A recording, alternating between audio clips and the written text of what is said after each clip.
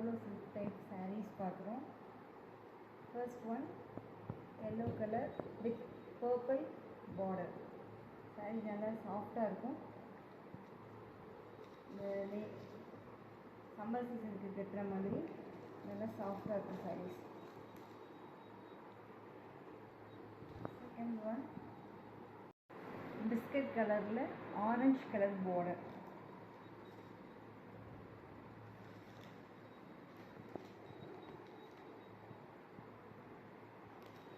saree ash color with Rani pink color border, temple border.